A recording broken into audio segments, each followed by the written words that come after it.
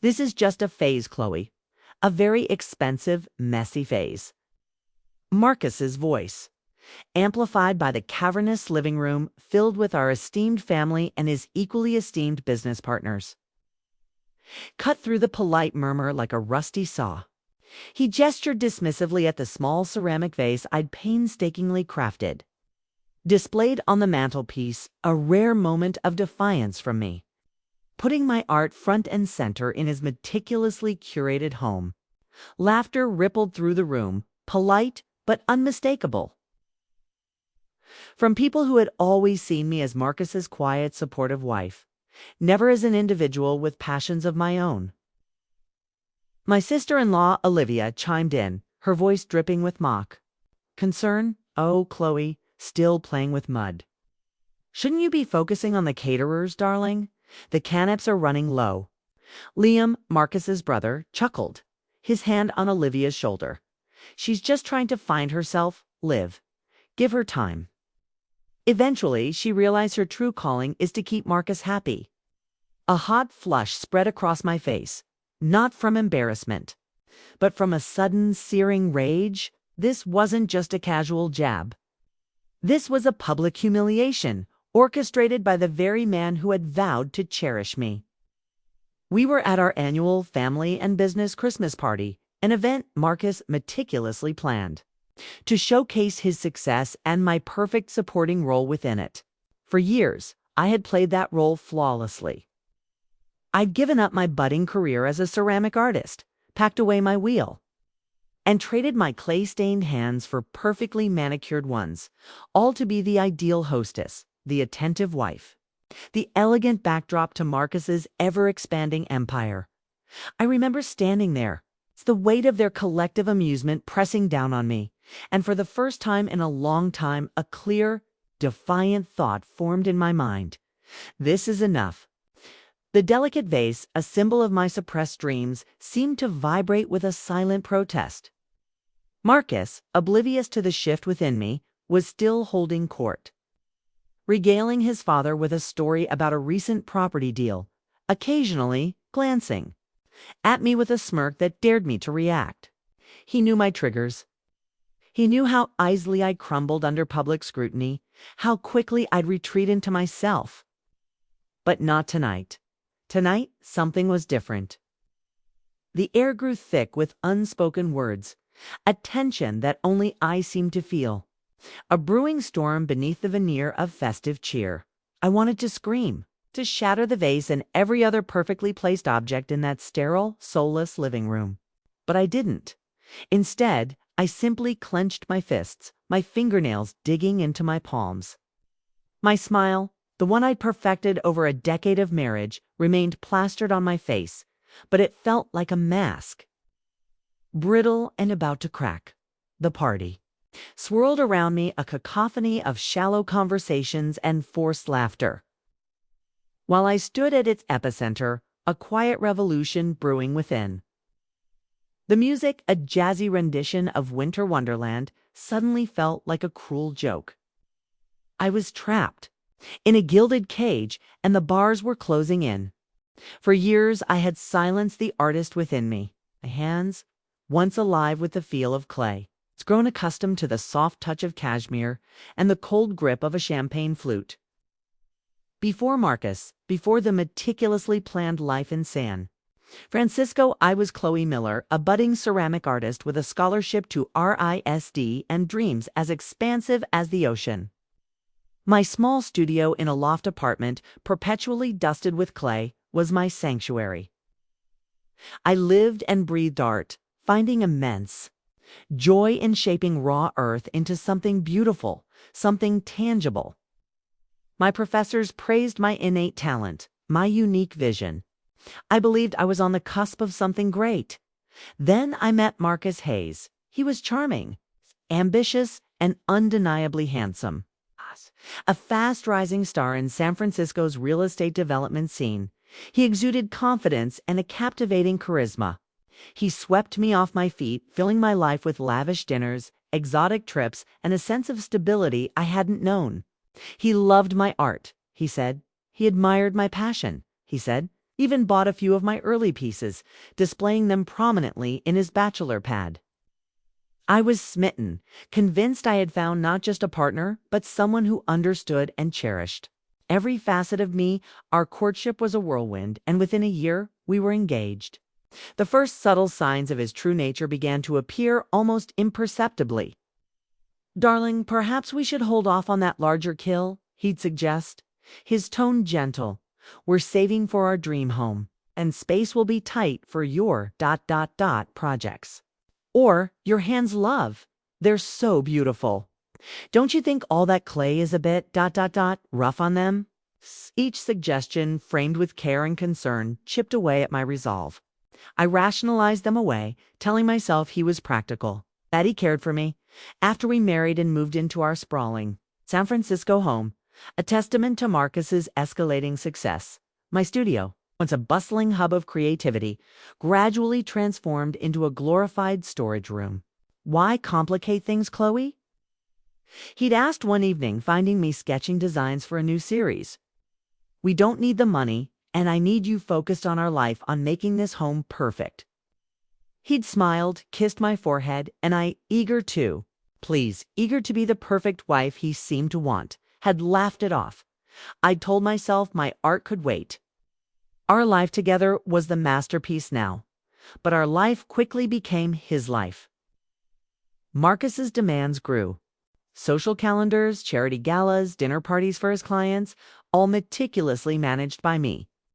He gradually took over our finances to simplify things, he'd said, leaving me with credit cards linked to accounts he monitored. My independent access to funds dwindled, making it harder to even buy art supplies without his casual scrutiny. "Another one of those expensive paints, Chloe. Didn't you just get some last month?"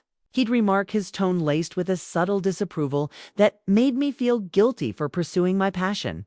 His family was no better. Olivia, Marcus's older sister, a self-proclaimed fashionista and interior designer who, ironically, copied every trend, constantly, subtly undermined me. "Chloe, darling, that top is so ... bohemian. Aren't you attending the Hayes charity gala next week? You know Marcus likes you to look polished. Or your little pottery pieces are charming, but really, for a professional setting, wouldn't something from a gallery be more appropriate?" Liam, Marcus's brother, echoed their parents' favoritism towards Marcus, always praising his achievements and subtly minimizing mine. Their parents, affluent and deeply traditional, saw Marcus as the golden boy, the embodiment of success, and me as the quiet, artistic girl he had saved from a less stable life. Their constant praise of Marcus reinforced the idea that his path was the only one that mattered, making my artistic aspirations seem frivolous and childish. I tried to keep peace. I tried to make myself smaller to fit into the mold they had created for me. I stopped talking about my art, except for the occasional hesitant mention to Marcus, which was always met with a patronizing pat on the head or a dismissive chuckle. "That's nice, honey. But aren't you going to check on the dinner reservation for tonight?" My studio gathered dust. My pottery wheel stood silent, a melancholic monument to a forgotten dream. I convinced myself that this was what a good wife did. She supported her husband. She put his needs first. She sacrificed her own desires for the sake of our family. But the silence of the studio grew louder. The emptiness in my hands became a constant ache. I found myself wandering through art supply stores, just touching the clay, breathing in its earthy scent, a desperate longing bubbling beneath the surface. I was living a life that looked perfect on paper, a life envied by many, but inside, I was suffocating. I felt like a beautiful, fragile vase, meticulously crafted and displayed, but utterly hollow. There were moments of fleeting hope.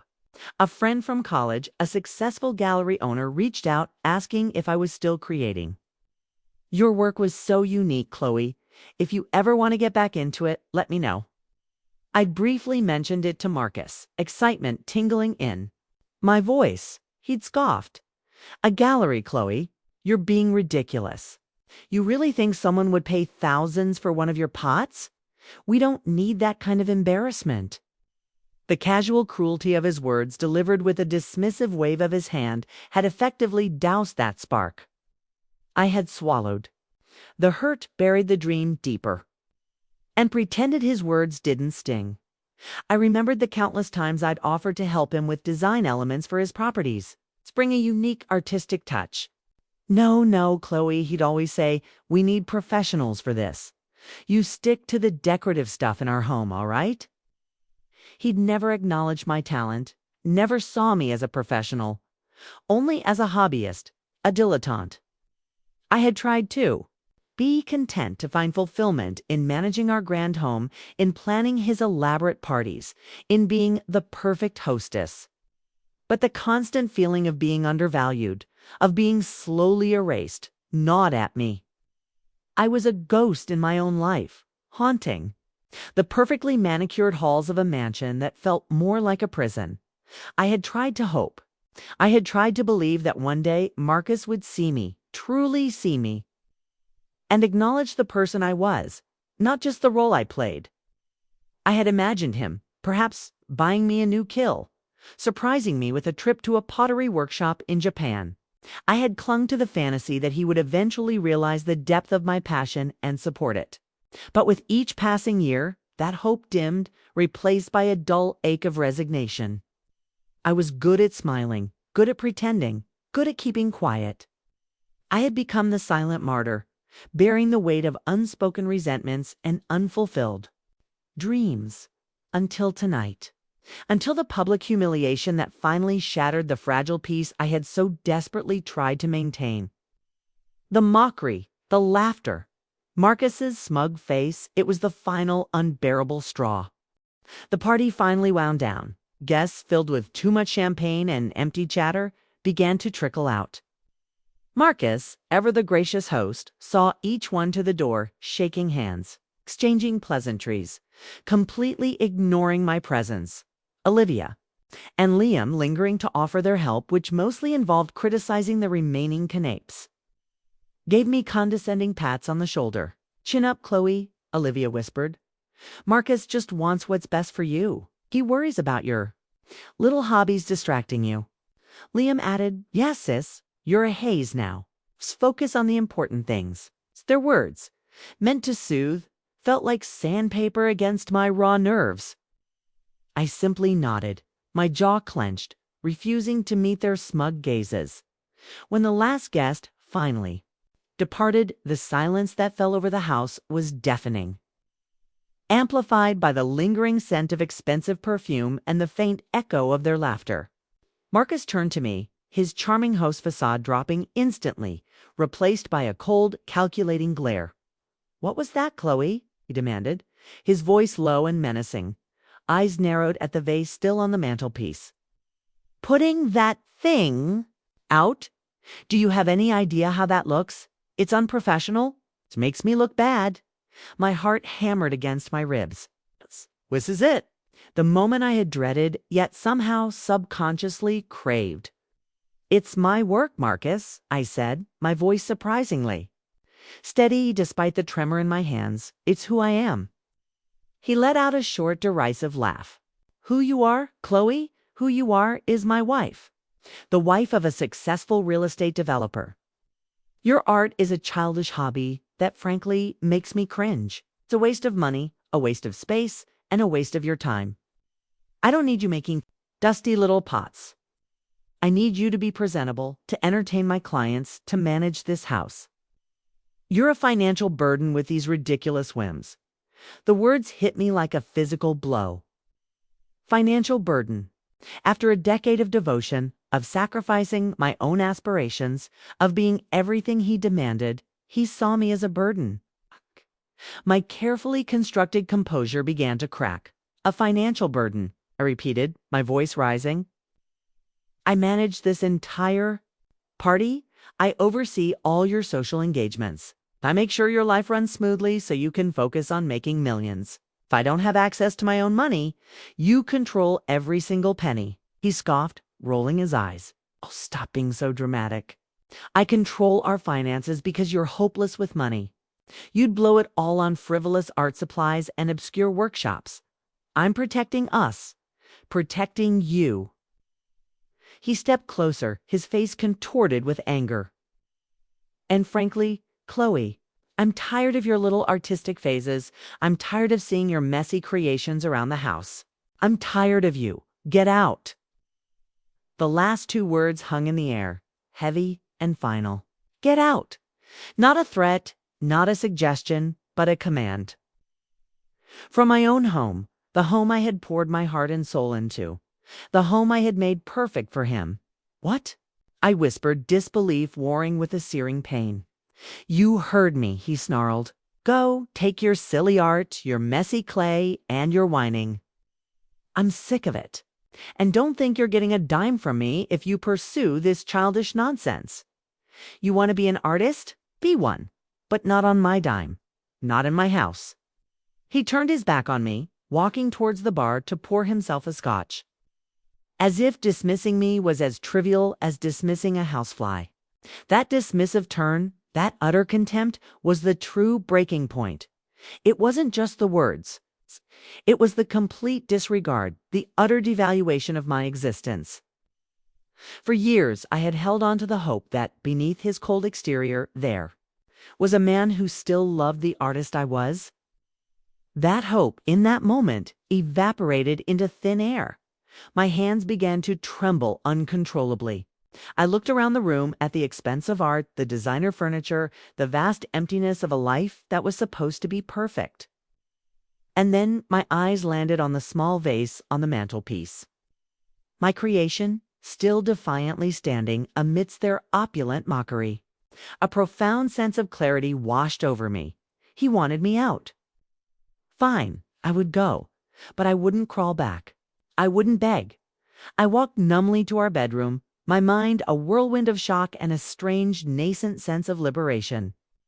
I pulled an old duffel bag from the back of the closet, the one I used for weekend pottery workshops in college, now dusty and forgotten. What did I need? Passport, obviously. My small wallet with about $200 in cash, a paltry sum that Marcus sometimes allowed me to carry for incidentals. My phone, a few changes of clothes, mostly practical, comfortable ones I hadn't worn in years, shoved hastily into the bag. I paused at my vanity table, looking at the 2-carat diamond engagement ring that glittered on my finger. It's a symbol of everything I was leaving behind, everything he had used to control me. With a sudden, decisive twist, I pulled it off. Its cold weight surprisingly heavy in my palm. It didn't belong to me anymore. It belonged to the woman I used to be, the woman who had allowed herself to be suffocated by a gilded cage. I placed it carefully on the dresser next to Marcus's expensive watch. A silent declaration of severance. My old car keys, the humble, older model sedan he insisted I drive because it's more practical for running errands, were still on the hook by the door. I grabbed them, a small victory in itself. As I descended the grand staircase, Marcus was still at the bar, swirling his scotch. He didn't look up, didn't say a word. He didn't even acknowledge the quiet click of the front door closing behind me, stepping out into the cool San Francisco night. The city lights blurring through the sudden tears that stung my eyes. I felt a terrifying emptiness. No plan, no destination. Just the roaring silence of a decade of suppressed dreams finally breaking free. The only certainty was that I was leaving, and I wasn't coming back to the life I'd built for him. The only place to go was forward, anywhere but here. The first few hours were a blur of adrenaline and fear. I drove aimlessly, the city lights fading behind me, the highway signs blurring into incomprehensible directions. My hands, still trembling, gripped the steering wheel, knuckles white. Where could I go? My parents had passed away years ago. A few close friends were mostly mutual acquaintances with Marcus, entangled in his social circle. Reaching out to them felt like admitting defeat, like confirming all of Marcus's predictions that I was helpless without him. I found myself on the interstate, Heading north Oregon, the idea popped into my head, sudden and almost whimsical. It was a place I'd always dreamed of visiting, known for its rugged coastlines, its quirky small towns, and its vibrant artist communities. It felt far enough, different enough, to be a true escape. I drove until the first rays of dawn painted the sky, pulling into a nondescript motel in a small town just south of Portland.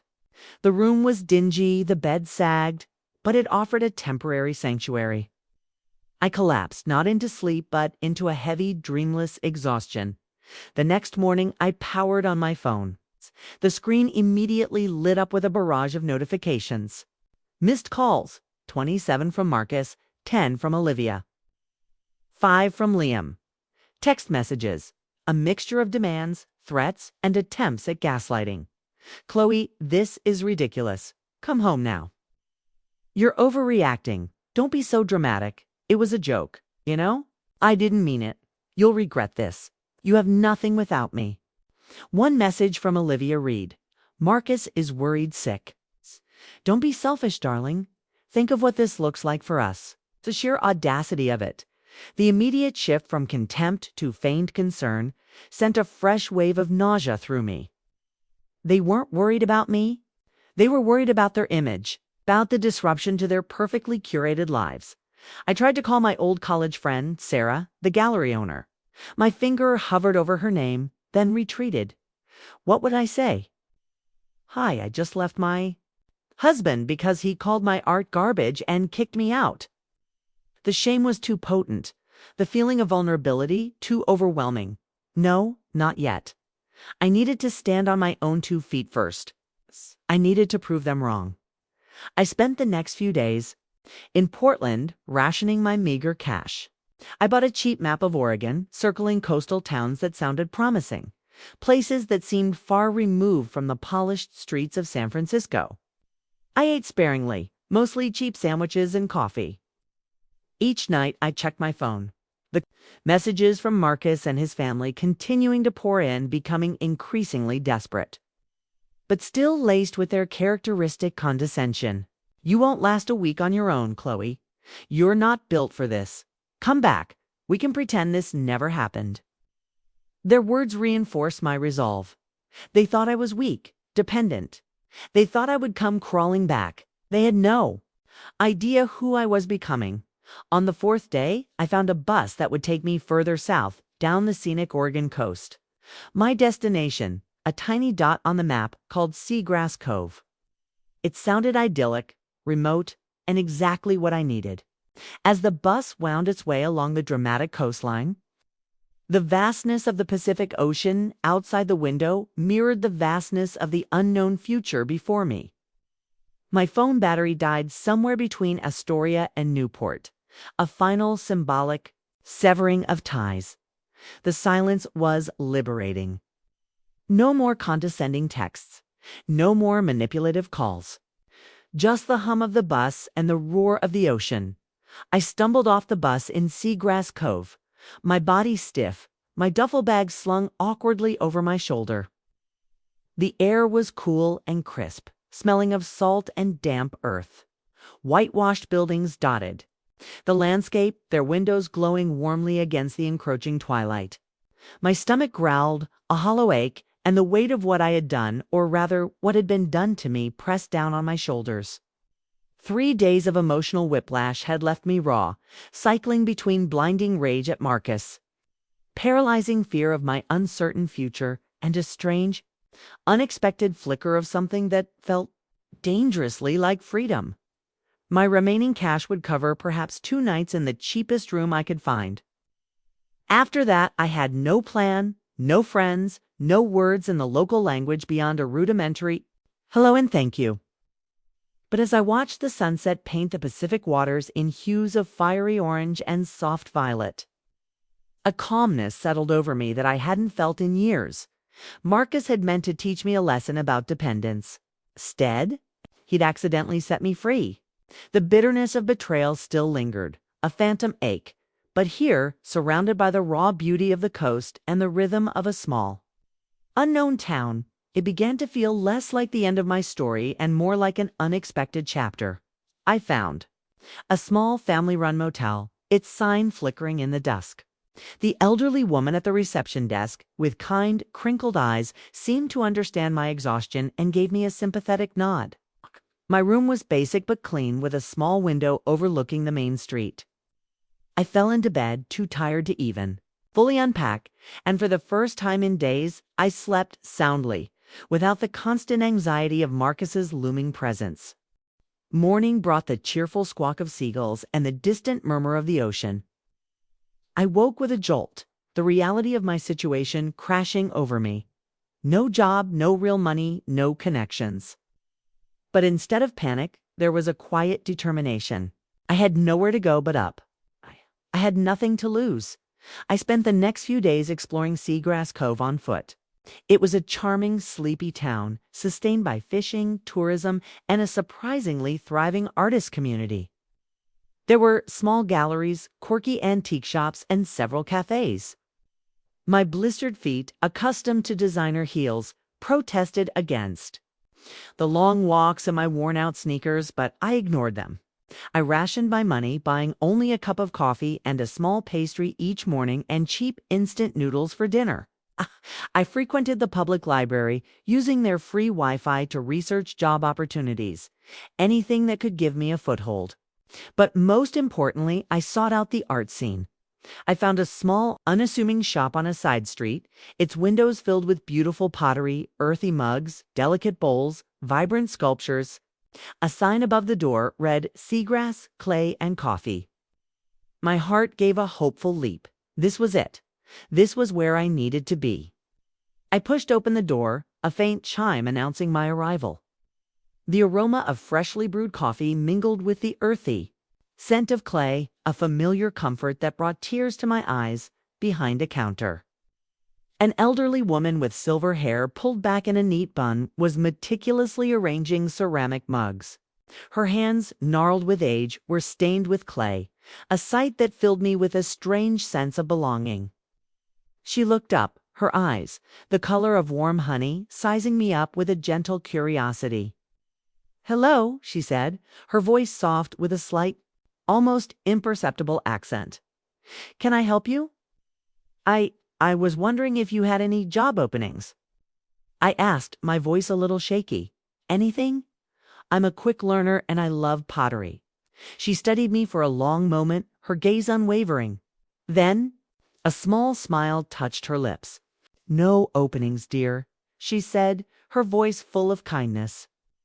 "But we always need help washing dishes in the cafe, and perhaps you could learn to wedge clay for us. My husband David, he could use strong hands." She pointed to the back, where I could see shelves laden with clay, a large pottery wheel, and various tools. "My name is Clara." "Chloe," I managed, a lump forming in my throat. "I'm Chloe." That afternoon, I started as a dishwasher at Seagrass, Clay, and Coffee. The work was simple, physical, nothing like my carefully curated life in San Francisco. My city's soft hands ached. But with each scrub of a mug, with each plate I stacked, a new sense of purpose began to bloom. Clara and David, despite their limited English, communicated through gestures, smiles, and the shared rhythm of work.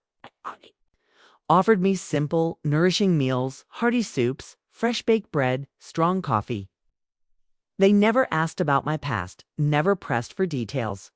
They simply offered acceptance, a quiet space to breathe, and the scent of clay, a forgotten comfort. That slowly began to heal the gaping wound in my soul.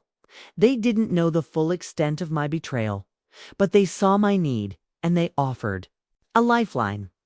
It was a humble beginning, but it was my beginning, built on my own 2 feet. Far from the mocking laughter and the suffocating control of Marcus's world. And they, unknowingly, were helping me build my first resistance against him.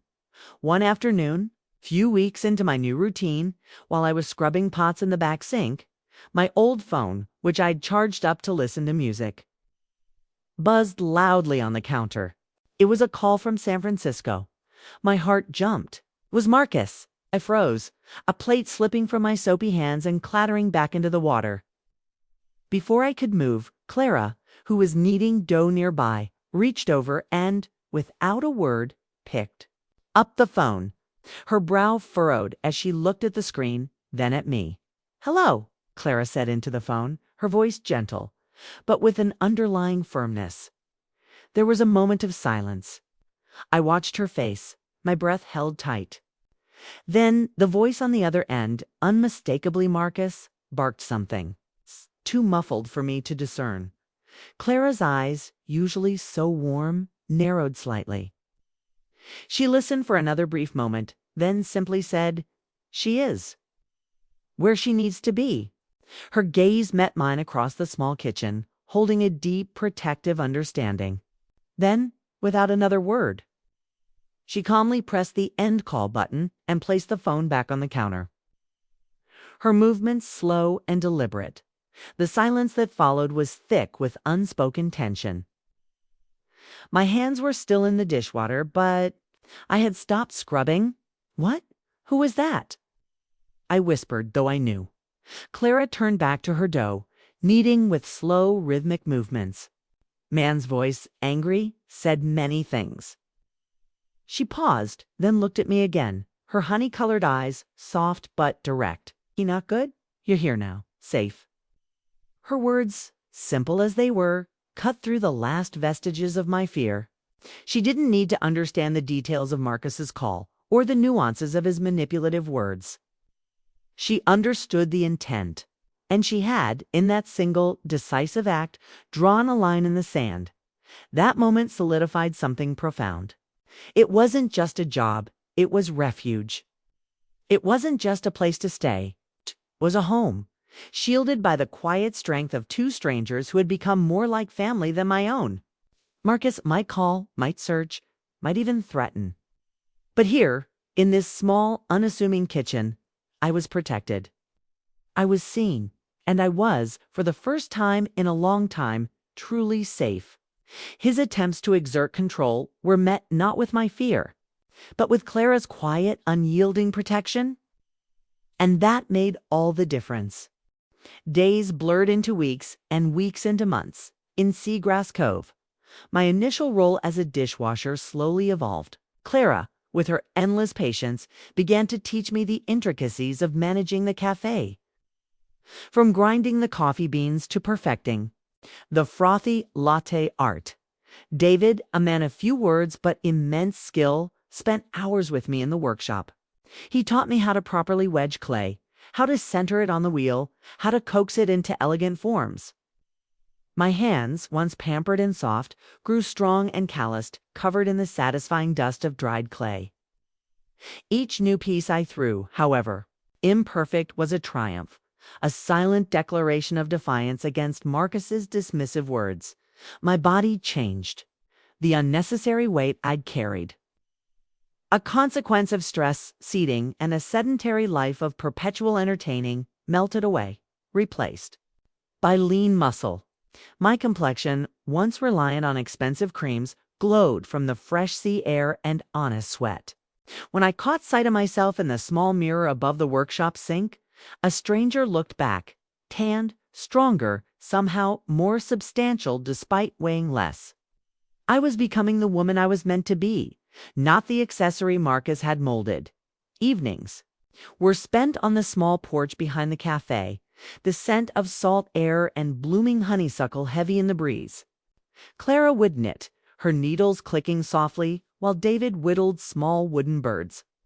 I would sketch ideas for new ceramic pieces flowing freely, unencumbered by the pressure to impress anyone. The betrayal still cut deep, of phantom ache. But here, surrounded by the quiet rhythm of their lives, it began to feel less like the end of my story and more like an unexpected, liberating chapter. One brisk morning, about 4 months into my stay, Clara found me in the workshop meticulously, glazing a series of mugs. She watched me for a moment, then slowly, in her improving English, asked, "Home. You want go home?" She made a sweeping gesture towards the east, then pointed to me. "San Francisco." "Your husband?" The question hit me with unexpected force. "Home. The word conjured our sleek, modern San Francisco mansion with its designer furniture and meticulously coordinated decor. It also brought Marcus's controlling behavior into sharp focus, his helpful management of our finances that left me without independent access, his subtle discouragement of my friendships, his dismissive attitude toward my career aspirations. Tears pricked my eyes as words poured out in a torrent. A language Clara couldn't fully understand, but emotions that transcended the barrier. I told her about Marcus's betrayal, about years of slowly surrendering pieces of myself to keep peace, about the humiliation of being publicly shamed and then cast aside like unwanted baggage. Clara's weathered hand covered mine as I spoke. When I finished, she pointed to her heart, then to the workshop around us, to the cafe, and finally to me. The message was clear. I had a place here if I wanted it. Stay, she insisted. One of the few English words she knew well. Work. Our business. You learn. Good hands, good heart. My decision to stay marked the true beginning of my apprenticeship.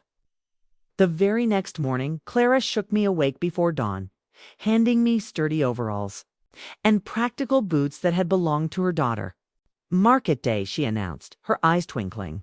You come. The local farmers' market buzzed with activity, a vibrant tapestry of colors and sounds.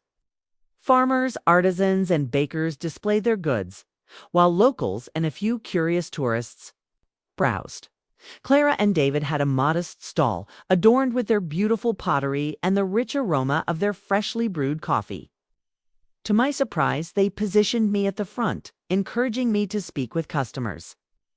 My halting English and their limited vocabulary created moments of confusion and laughter, but sales steadily accumulated throughout the day. People were drawn to the unique designs of our pottery, the warmth of the coffee, and the genuine enthusiasm in my voice as I described each piece as the market closed. Clara handed me a small envelope containing a handful of cash. Your part, she said simply. Fair work, fair pay. I stared at the modest sum, perhaps enough for a single meal at the fancy restaurants Marcus and I had frequented. Yet, this money represented something I hadn't possessed in years. Independence earned. Through my own labor, no strings attached, no subtle expectations of gratitude or compliance. Just fair compensation for honest work. That night, I placed the envelope under my pillow, occasionally reaching to touch it as if to confirm its reality. In our decade of marriage, Marcus had gradually taken control of our finances to simplify, things leaving me with credit cards linked to accounts he monitored. This small stack of cash represented the first step toward rebuilding a life that belonged fully to me. As I drifted toward sleep, I realized I hadn't thought about Marcus at all during market day. My mind had been too occupied with remembering coffee orders, explaining glaze techniques, and the quiet pride in our products. The space he'd occupied in my thoughts had shrunk, replaced by clay dust coffee aromas, and the growing certainty that I was capable of far more than he had ever allowed me to believe. My education extended beyond the physical labor. David, patient and meticulous, taught me the subtle nuances of firing, the delicate balance of temperature and time that transformed soft clay into durable art. Clara introduced me to their suppliers, the local farmers who provided the coffee beans, the small mines where they sourced their unique clays. She showed me their simple accounting ledgers, a combination of handwritten notes and a basic spreadsheet their grandson had set up years ago. Seeing an opportunity to contribute beyond physical labor, I spent evenings updating their systems, creating digital records that made inventory and sales tracking simpler. Look, I showed Clara one night, demonstrating how to filter the spreadsheet to show which pottery styles sold best at which markets. Her eyes widened as patterns emerged. From the numbers, smart, she nodded approvingly. San Francisco brain, good for business. With their blessing, I began implementing small marketing improvements. Our hand-labeled coffee bags received updated tags with descriptions of their flavor profiles and brewing tips. I designed simple brochures about our traditional pottery, Methods: answering the questions tourists frequently asked at our market stall. My improving English helped forge connections beyond Clara and David's immediate circle.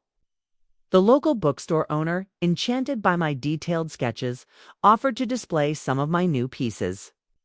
The head chef at the town's most popular restaurant, the Salty Oyster, contacted us about creating custom ceramic tableware. Word spread, and soon, two other restaurants in neighboring towns contacted us about supplying their establishments. 6 months into my new life, I was no longer just an apprentice. I was a part of the fabric of Seagrass Cove. I learned to navigate the local bureaucracy, to source sustainable materials, to negotiate prices with suppliers. I was invited to join the local artists collective, my work beginning to gain recognition. My life was simple, yet rich with purpose and connection. One quiet evening, as I was packing up a batch of newly fired mugs, my old phone, the one I mostly used for taking photos of the stunning Oregon coast, buzzed.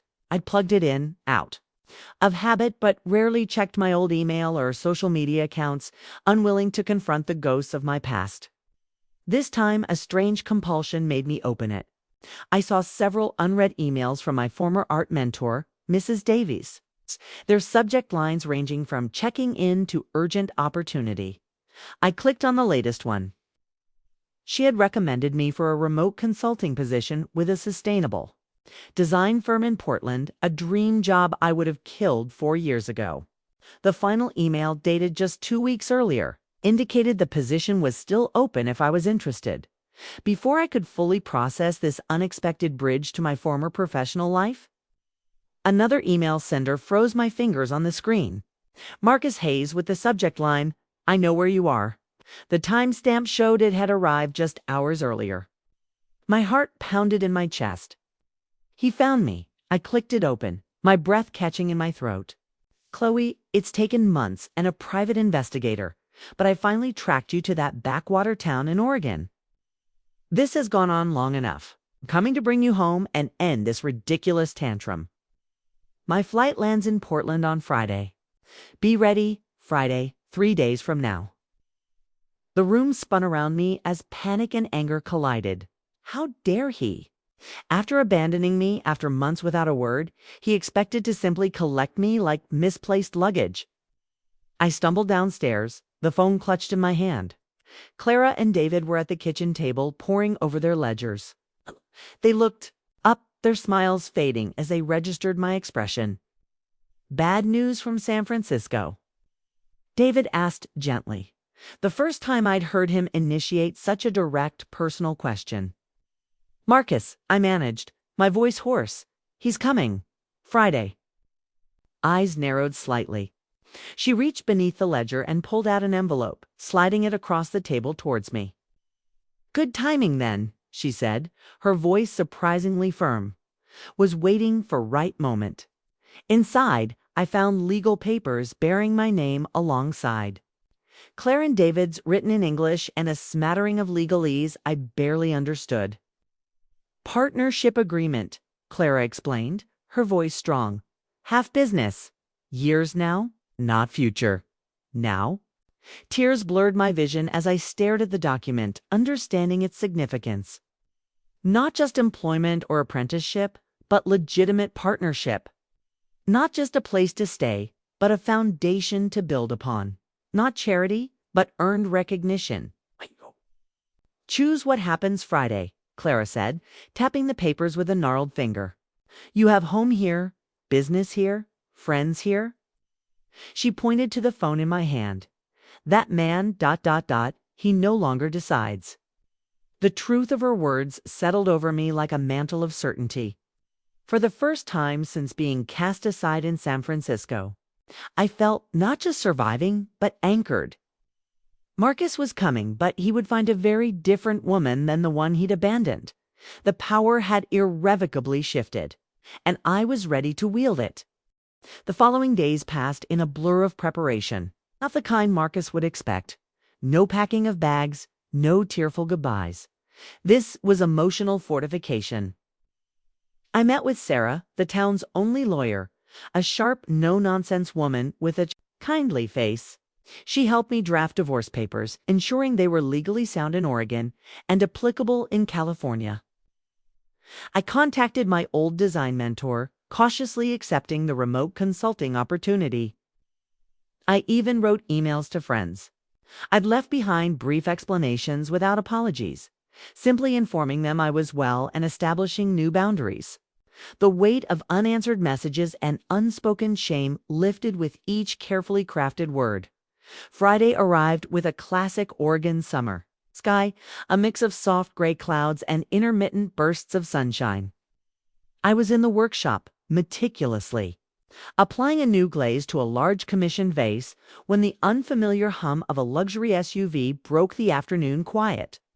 Clara appeared at the doorway, her expression a mixture of concern and quiet resolve. "He is here," she said simply.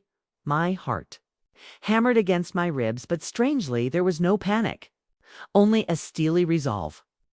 I wiped my hands on my clay-stained apron and stepped outside.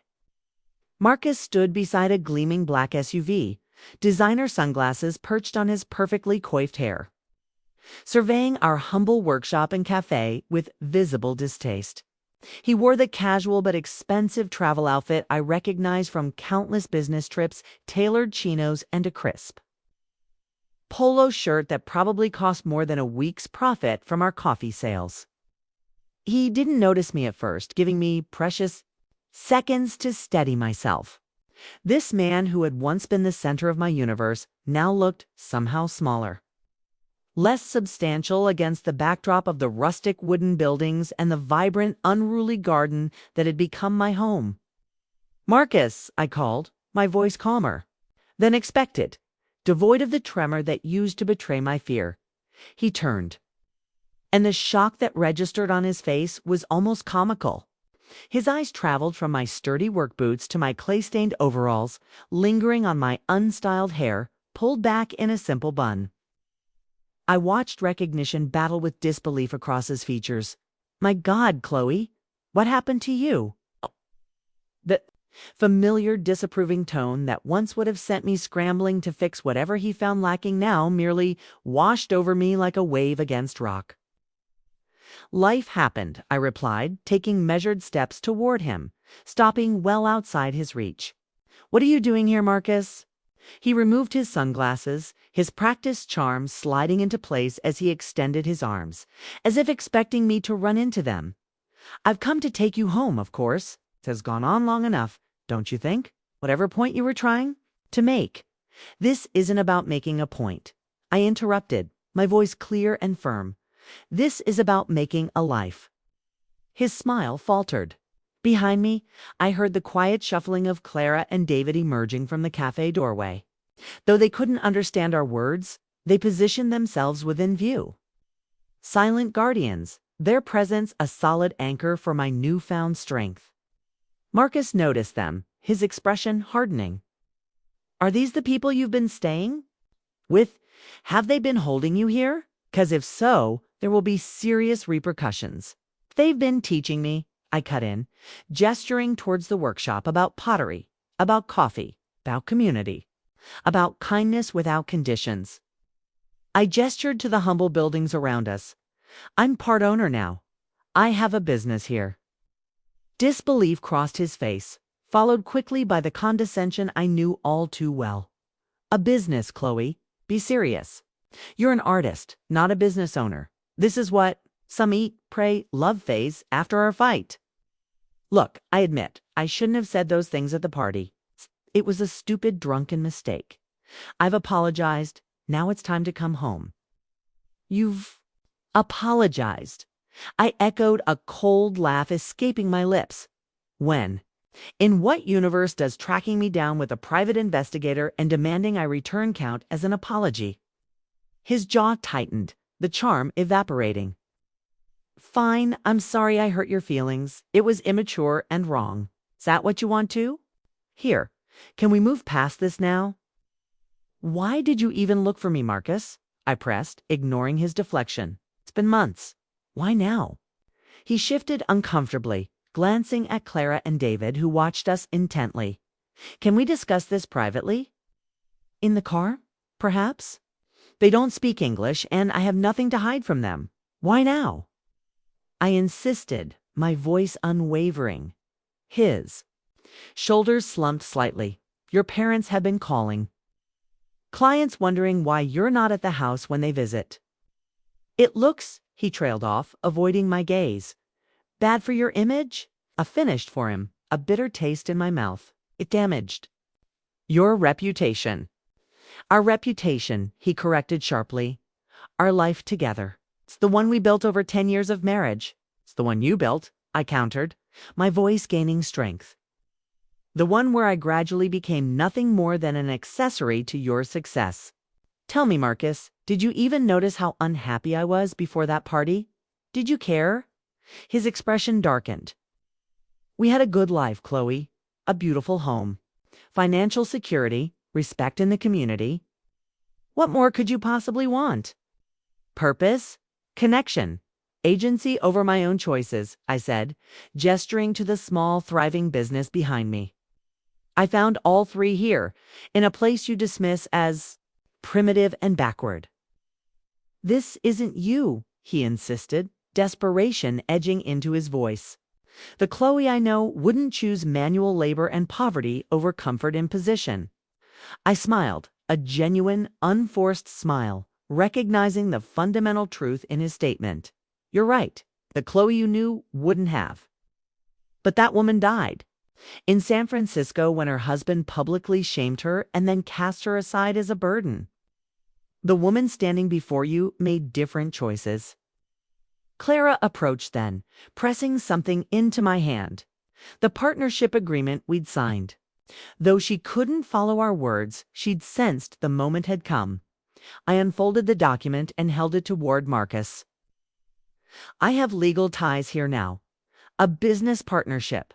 Responsibilities to people who value me for my contributions, not my appearance or social connections. His face flushed with anger, disbelief warring with rage. This is ridiculous. Whatever game you're playing, it's not a game, I said, reaching into my pocket for the envelope Sarah had prepared. These are divorce papers, Marcus, already filed, with provisions for division of assets. He stared at the envelope as if it might burn him. You can't be serious. You'd throw away everything for this. He gestured dismissively at the humble cafe and workshop. I'm not throwing away anything, I stated, meeting his gaze squarely. I'm choosing something better, something real. I stepped forward, placing the envelope in his rigid hand. You threw me away, Marcus. You told me to get out. You've just never expected I'd find my way without you. His fingers closed reflexively around the papers, his expression cycling through shock. Anger and finally a wounded pride that almost made me pity him. You'll regret this, he said, but the threat sounded hollow even to his own ears. When the novelty wears off and you're still covered in clay at 60, you'll remember what you gave up. Maybe, I conceded, my gaze sweeping over Clara and David, who stood proudly behind me, then to the thriving workshop, the vibrant garden. But I'd rather risk regret from choices I made than live with the certainty of regret from choices made. For me, David stepped forward then, placing a weathered hand on my shoulder. Though he couldn't understand our exchange, he recognized the conclusion in our body language. He said something in his quiet, accented English to Marcus, his tone firm but not unkind. The road back to Portland is long, young man. You should leave now to reach the city before dark. Marcus looked between us, finally registering that this wasn't a negotiation or a rescue. This was a dismissal. He was no longer in control. Without another word, he turned, climbed into his luxury SUV, the divorce papers clutched in his hand. As the vehicle disappeared down the winding road, leaving only a faint trail of dust, Clara slipped her hand into mine. Together, the three of us turned toward the workshop. My workshop now, too. The evening's work awaited, new glazes to test, coffee beans to roast, tomorrow's market inventory to check. My husband had once discarded me, assuming I'd be helpless without him. assuming I'd come crawling back once I'd learned my lesson. Instead, I'd found fertile ground to plant new roots, stronger and deeper than he could have imagined. The departure of Marcus was not a dramatic explosion, but a quiet exhale. It felt like the closing of a heavy, dusty chapter and the opening of a fresh, sun-drenched one. In the days and weeks that followed, the absence of his manipulative messages and the weight of his expectations created a vast, liberating space in my mind. I still received official divorce papers from his legal team, cold and formal. But each document felt less like a loss and more like a confirmation of my freedom. I signed them with a steady hand. My resolve unshaken. Life at Seagrass, Clay, and Coffee bloomed. With Clara and David as my mentors and partners, I dove deeper into the art and business of pottery. David taught me the subtle language of the kiln, how to interpret the hues of the flame, how to control the temperature with a precision that bordered on alchemy. Clara, ever the shrewd businesswoman beneath her gentle exterior, guided me through the complexities of local regulations, supplier relationships, and customer service. We expanded our coffee offerings, introducing specialty roasts sourced from small, ethical farms, drawing in a wider clientele who appreciated our commitment to quality and craft. My own artistic voice, long suppressed, began to resonate with newfound clarity. I experimented with glazes inspired by the shifting colors of the Oregon coast, the deep blues of the Pacific, the mossy greens of the forests, the fiery oranges of the sunsets. I sculpted organic forms, vessels that spoke of the rugged beauty of the landscape, infused with the resilience I had found within myself. My pieces, once delicate and fragile, now exuded a quiet strength, a groundedness that reflected my own. Transformation. The local artists collective became a second family. They were a diverse group: painters, sculptors, jewelers, writers, all drawn to Seagrass Cove for its natural beauty and supportive community.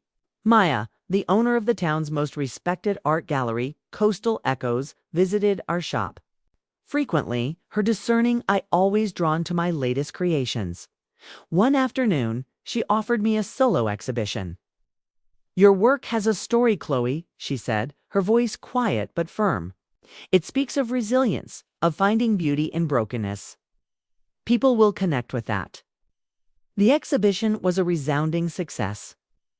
Many of my pieces sold, some to collectors, others to locals who simply appreciated their raw beauty. But the most profound impact was internal. Seeing my art displayed, valued, and celebrated was a validation I had craved for years. It was proof that my dreams were not frivolous or childish, but meaningful and worthy. The remote consulting work I took on also thrived, allowing me to bridge my past design skills with my newfound passion for sustainable, handcrafted goods. It provided a steady, independent income, a testament to my ability to create value on my own terms. My relationship with Clara and David deepened into something truly familial. They were the parents I had lost, the unwavering support system I had always yearned for. We celebrated holidays together, shared simple meals, and discussed business plans late into the night. Their love was unconditional, their belief in me unwavering. I learned their quiet wisdom, their deep connection to the land and their craft, one crisp autumn evening. After a particularly successful day at the market, I sat on the porch with Clara and David sipping warm cider. The air smelled of wood smoke and damp leaves. "You happy, Chloe?" David asked, his voice rough but tender. I looked at the familiar landscape around me, the sturdy workshop, the small cafe, the distant gleam of the ocean. My hands, calloused and strong, rested on my lap. My heart, once a tight knot of anxiety, now felt open and peaceful, more than I ever thought possible. "David," I replied, a genuine smile touching my lips. More than I ever knew was possible. I thought of Marcus then, not with bitterness or anger, but with a detached sense of clarity. Its act of cruelty, meant to break me, had instead been the catalyst for my rebirth. He had wanted to control my narrative, to define my worth, but In pushing me away, he had inadvertently handed me the pen to write my own story. He had stripped me of everything I thought I needed: financial security, social standing, a perfect marriage, only for me to discover that my true strength lay in the things he had dismissed: my art, my independence, my ability to build connections based on genuine respect and kindness. This journey wasn't about revenge, not in the traditional sense. It wasn't about making him suffer, though I knew his ego had taken a significant blow. It was about reclaiming myself. It was about rising from the ashes of betrayal, stronger, wiser, and more authentically myself than I had ever been. It was about establishing firm boundaries, not just with Marcus, but with anyone who sought to diminish my worth. It was about proving, not to him, but to myself, that I was resilient, resourceful, and capable of building a life far richer and more fulfilling than the one he had tried to dictate for me. The lesson I learned, standing in the heart of my new home, was profound. Your value is not determined by the validation of others, nor by the status you achieve in someone else's eyes. It is found in your unwavering commitment to your authentic self, in the quiet pursuit of your passions, and in the courage to set boundaries that protect your spirit. Sometimes, the most destructive acts from others are the very catalysts for your greatest liberation. To anyone out there feeling small, unheard, or trapped in a relationship that stifles your spirit, know that you have the power to reclaim your narrative. You are capable of far more than you believe. It might be terrifying to take that first step to say no to what no longer serves you. But on the other side of that fear lies a boundless freedom. A freedom to build a life on your own terms, filled with purpose, joy, and genuine connection. Your story matters. Your dreams matter. And you, in all your messy, beautiful, artistic glory, are worth fighting for. What's your story of reclaiming your power? Share your thoughts and experiences in the comments below. Let's lift each other up and celebrate the strength we find when we dare to rise.